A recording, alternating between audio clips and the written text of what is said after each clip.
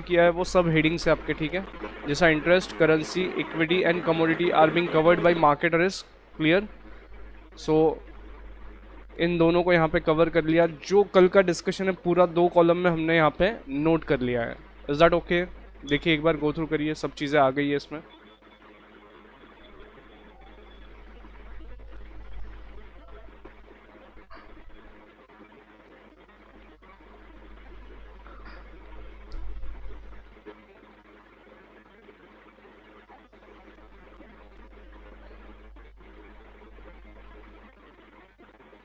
Done?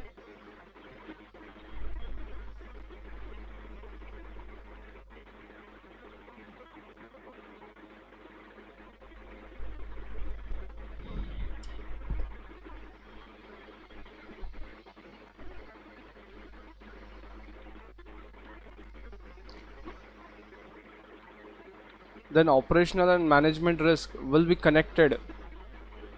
Management risk we will cover to this too. Fraud risk and reputation risk। यहाँ पे हम detail में आने वाले पार्ट में देख ही रहे हैं उस चीज़ को, ठीक है। सो यहाँ तक के पार्ट में कोई दिक्कत है आपको?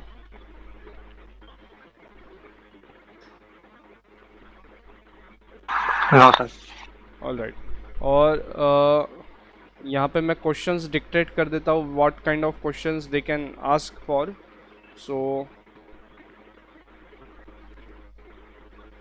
This one, systematic unsystematic, for 4 marks they can ask for a short note. Then फिर इधर 4 मार्क्स पूछ सकते हैं तुमको।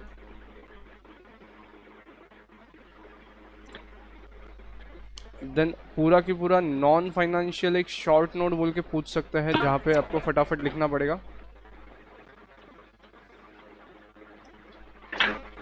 And the last part of yesterday's discussion was audit risk. Audit risk auditor के एंड पे है, और ऊपर वाला जो पार्ट देखा है वो मैनेजमेंट के एंड पे हो रहा है। क्लियर है क्या? ये बात समझना, ऊपर वाला जो भी रिस्क का बात किया है वो मैनेजमेंट के एंड पे है, और ऑडिटर रिस्क जो है वो ऑडिटर के एंड पे है। और यहाँ पे मोर स्पेसिफिकली है चार्टर्ड अकाउंटेंट। चार्टर्ड अकाउंटेंट जब फाइनेंशियल ऑडिट कर रहा है और वो उसका ओपिनियन एक्सप्रेस करने वाला है फाइनेंशियल स्टेटमेंट पे, और उसका ओपिनियन जो होता है ना वो ऐसा होता है कि financial statements are stating true and fair view. ये वो जब बताता है, और ये बताते समय गड़बड़ हो गया है कि भैया उसको जो चीज़ें गलत थी वो दिखाई ही नहीं दी, और उसने गलत चीज़ को सही बता दिया, गलत होने के बावजूद सही बता दिया, तो उसके ऊपर आ जाता है ऑडिट रिस्क। ऑडिट रिस्क में 2 टाइप, ये एक शॉर्ट नोट 4 मार्क के लिए आपको आएगा, इजी सा है, देख लो एक बार। ऑडिट रिस्क 2 चीज़ों में डिवाइड किया गया है, एक है रिस्क ऑफ मटेरियल मिसस्टेटमेंट, एक है डिटेक्शन रिस्क। 2 चीज़ों में डिवाइड किया है। Risk of material misstatement again ये मैनेजमेंट के एंड पे आएगा, कि मैनेजमेंट की गलती की वजह से ये वाला रिस्क आएगा अगेन। और डिटेक्शन रिस्क ऑडिटर के एंड पे आएगा, कि auditor is not able to find out the mistakes. Clear? तो यहाँ पे रिस्क ऑफ मटेरियल मिसस्टेटमेंट 2 चीज़ों का फंक्शन है, एक है इनहेरेंट रिस्क और दूसरी है कंट्रोल रिस्क। मतलब यहाँ पे इनहेरेंट रिस्क मतलब मैनेजमेंट का वैल्यूज़ कैसे हैं, मैनेजमेंट कितना स्ट्रॉन्ग बिलीव करता है सही चीज़ें करने में, इनहेरेंट रिस्क ये है। या फिर कितने डिसग्रंटल्ड एम्प्लॉयज़ है आपके यहाँ पे जो ईजी लेते हैं सब चीज़ों को। कंट्रोल रिस्क मतलब कंट्रोल कितना है, सारी हायरार्की कैसा है, मैनेजमेंट का हायरार्की कैसा है, और कौन कैसे कंट्रोल कर रहा है किस चीज़ को। So risk of material misstatement will completely depend on this 2 factors. जितना स्ट्रॉन्ग कंट्रोल उतना रिस्क ऑफ मटेरियल मिसस्टेटमेंट कम। बात समझिए, जितना स्ट्रॉन्ग होल्ड उतना रिस्क ऑफ मटेरियल मिसस्टेटमेंट कम रहेगा। क्लियर है क्या? आपका किसी भी चीज़ पे अगर कंट्रोल बहुत अच्छा है तो उससे होने वाली रिस्क कम रहेगी। क्लियर? एंड कंट्रोल्स अगर अच्छे हैं तो डिटेक्शन रिस्क कम हो जाएगा। बात को समझना आ रहा है कि बात ध्यान में आपको? देखो, अगर मैनेजमेंट का कंट्रोल स्ट्रांग है यहाँ पे, तो एज अ ऑडिटर मैं ये एज्यूम कर सकता हूँ कि भैया अपने को ज़्यादा टेंशन लेने की ज़रूरत नहीं है, अपने नज़र से कोई चीज़ छूट भी जाती है तो वो इतनी मटेरियल नहीं रहेगी। आया क्या बात ध्यान में? कुछ बात ध्यान में आ रहा है आपके? Are you able to get the point? ये वाले पॉइंट समझ रहे हैं कि आपको? देखो एक बार, यस एवरीबडी?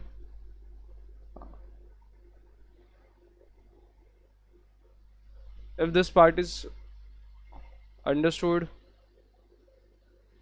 आया ध्यान में या नहीं?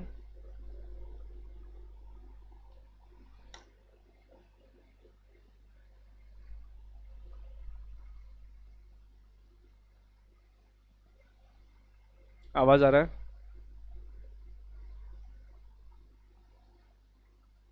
हेलो? यस सर, आवाज आ रहा है। Yes, you please keep on confirming, yes समझ गया नहीं समझा तो वी कैन मूव ऑन। आप जितना जल्दी मैसेज मत करिए, मैं मैसेज नहीं देख रहा हूँ। जितना आप माइक पे आएंगे उतना अच्छा। मैं मैसेज नहीं देख रहा हूँ क्योंकि if I send a photo of my setup, आप समझ जाओगे कि मैं मैसेज क्यों नहीं देख सकता। जितनी चीज़ें मेरे सामने, मैं मैसेज नहीं देख पाऊंगा। चलिए नेक्स्ट आते हैं अगले पार्ट पे। एक कॉमन पूल में कुछ नोट्स मैं आपको लिखवा दे रहा हूँ। ये अपन ने पहले भी कर रखे हैं, if you remember.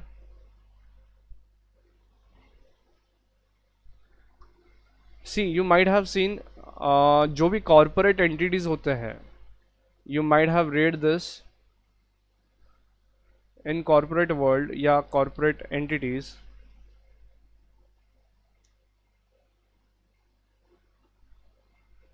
There are SODs, segregation of duties.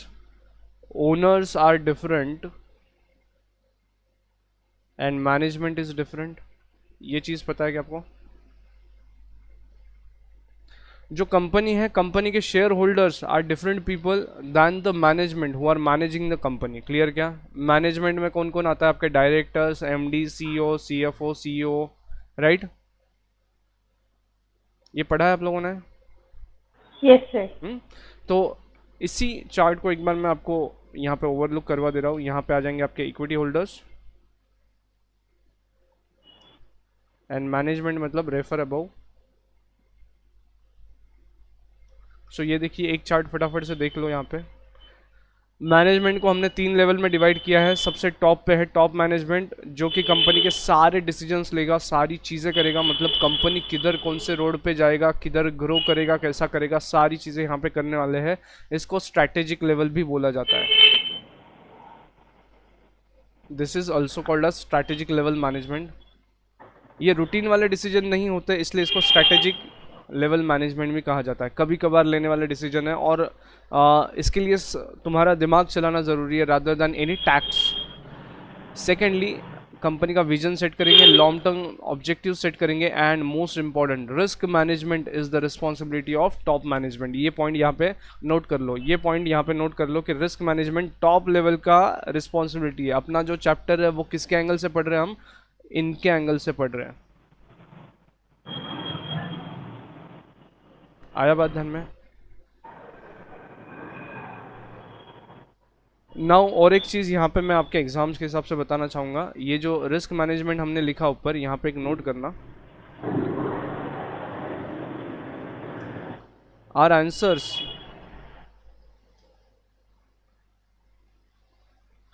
should address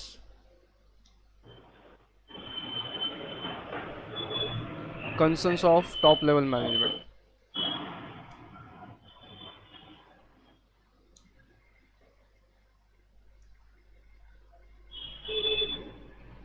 clear है क्या?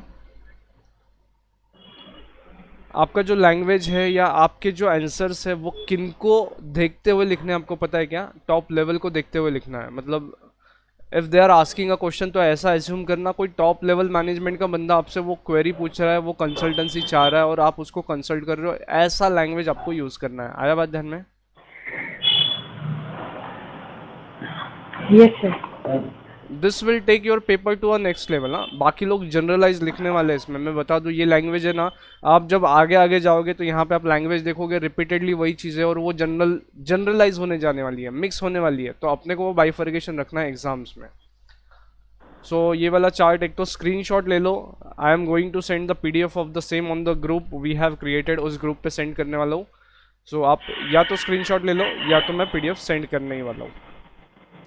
यहाँ तक कोई दिक्कत?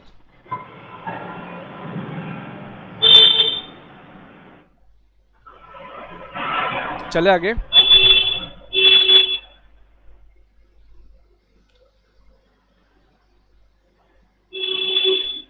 नाउ ये एक चार्ट आप ले लीजिए, ये पीडीएफ नहीं भेजने वाला मैं। स्वॉट एनालिसिस अगर आपने पढ़ा है कभी, या आगे कहीं Yes, ना कहीं sir. रेफर करेंगे अपन, स्वॉट एनालिसिस को आगे कहीं ना कहीं रेफर करेंगे, तो इतना एक सिर्फ नोट कर लो, नोट कर लो इतनी चीज़ें। स्वॉट एनालिसिस का फुल फॉर्म है strengths, weaknesses, opportunities and threats. Clear?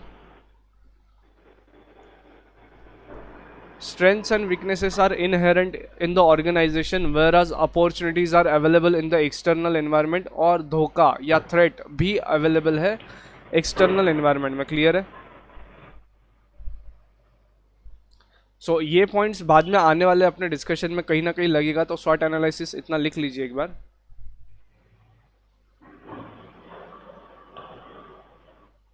Done?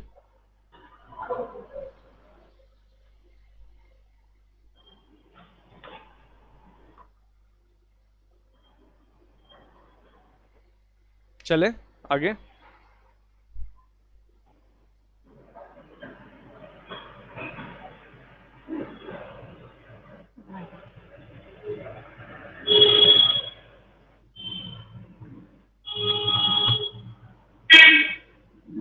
चले क्या आगे? Shall we move on? Yes, sir. आप बोलते रहिए, आप बोलते रहिए। आप मतलब कोई चीज़ का डर है कि आपको माइक पे आने से? लाइक वी आर 4 और 5 पीपल ओनली, सो कोई सीन है